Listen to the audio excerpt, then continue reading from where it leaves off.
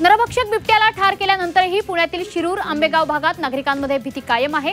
आंबेगावमध्ये बिबट्याचा एक नवीन व्हिडिओ समोर आलाय। यात बिबट्या भक्ष्याच्या शोधात थेट पोल्ट्री फार्मच्या छतावर चढल्याचं दिसून आलंय।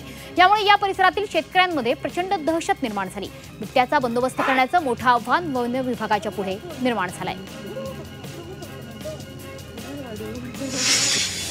पिंपरी चिंचवडमध्ये स्पोर्ट क्लाइम्बिंग चॅम्पियनशिपचं आयोजन करण्यात आलंय। भारतीय पर्वतारोहण संस्था, पिंपरी चिंचवड महापालिका आणि महाराष्ट्र स्पोर्ट क्लाइम्बिंग असोसिएशन यांच्या संयुक्त विद्यमानाने आंतरराष्ट्रीय स्पर्धा घेण्यात आली आहे। 4 दिवसांच्या या क्रीडा सोहळ्यात 13 आशियाई देशातील नामांकित क्लाइंबर्स सहभागी झाले होते।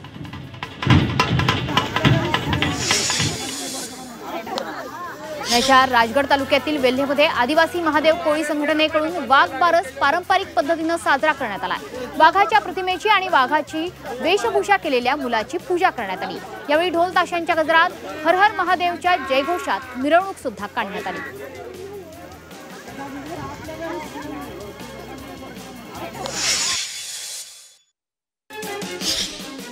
द्राक्षांची पंढरी म्हणून ओळखल्या जाणाऱ्या नाशिक विभागात तब्बल 70% तर राज्यात जवळपास 50% द्राक्ष बागांना सततच्या पावसाचा मोठा फटका बसलाय। शेतकऱ्यांनी नैराश्यापोटी द्राक्ष बागा तोडू नये, तसंच आत्महत्येसारखं टोकाचं पाऊल उचलू नये असं आवाहन द्राक्ष बागायतदारांनी केलंय।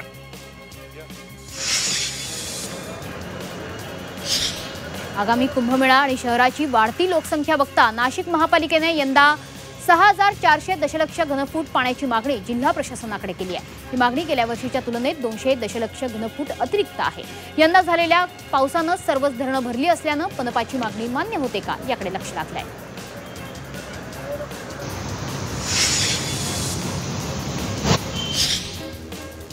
केंद्र सरकारच्या एनकॅप योजनेअंतर्गत ई चार्जिंग स्टेशन उभारण्यात येते। नाशिक शहरात या सुविधेचा शुभारंभ होतोय।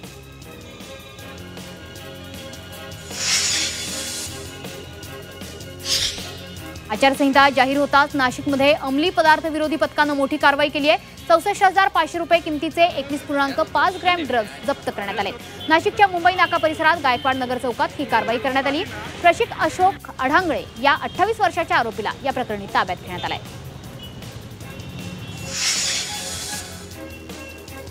नाशिकच्या महात्मानगर परिसरात एका कारनं अचानक पेट घेतली। कार सुरू करताना आग लागल्यानं नागरिकांमध्ये एकच धावपळ झाली। उपस्थित नागरिकांनी आगीवर नियंत्रण मिळवण्याचा प्रयत्न केला। यात गाडीचं मोठ्या प्रमाणावर नुकसान झालंय।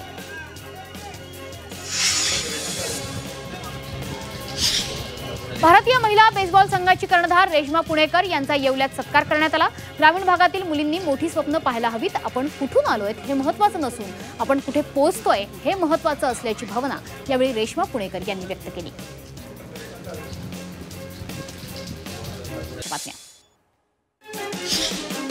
महापालिका निवडणुका घेण्यासाठी सर्व प्रक्रिया गतीनं पूर्ण करण्यावर भर दिला जातोय। महापालिका निवडणुकीसाठी 10 तारखेला डॉ. बाबासाहेब आंबेडकर मराठवाडा विद्यापीठाच्या नाट्यगृहात सोडत काढण्यात येणार आहे। सोडतीसाठी प्रशासनानं 64 अधिकारी कर्मचाऱ्यांची नेमणूक केली आहे। जानेवारीच्या दुसऱ्या आठवड्यात महापालिका निवडणुका होतील असा अंदाज प्रशासन आणि राजकीय पक्षांकडून लावला जातोय। डॉ. बाबासाहेब आंबेडकर मराठवाडा विद्यापीठाशी संलग्न महाविद्यालयातील सहाय्यक आणि प्राध्यापकांच्या पदोन्नतीच्या मुलाखती इन कॅमेरा घेण्याचा ठराव विद्या परिषदेत सर्वानुमते घेण्यात आला। या मुलाखतींसाठी विद्यापीठाच्या कार्यक्षेत्राबाहेरील तज्ज्ञांना पाचारण केलं जाणार आहे। त्यातून गुणवत्ता जोपासली जाईल असा दावा विद्यापीठ प्रशासनानं केलाय। मात्र त्यात सर्व प्राध्यापक संघटनांनी तीव्र विरोध दर्शवत आंदोलनाचा इशारा दिलाय। संभाजीनगरमध्ये मैत्रिणीची वाट पाहत उभ्या असलेल्या अल्पवयीन मुलीला ट्रक चालकानं अश्लील हातवारे करत त्याची छेड काढली। या प्रकारानं संतापलेल्या धाडसी मुलीनं ट्रक चालकाला चांगलंच चोपलं देखील। चौकात ड्युटीवर असलेले पोलीस हा प्रकार बघून धावत आले। यानंतर ट्रक चालकानं संबंधित मुलीची पाया पडून माफी मागितली। या प्रकरणी पोलिसात गुन्हा दाखल करण्यात आलाय।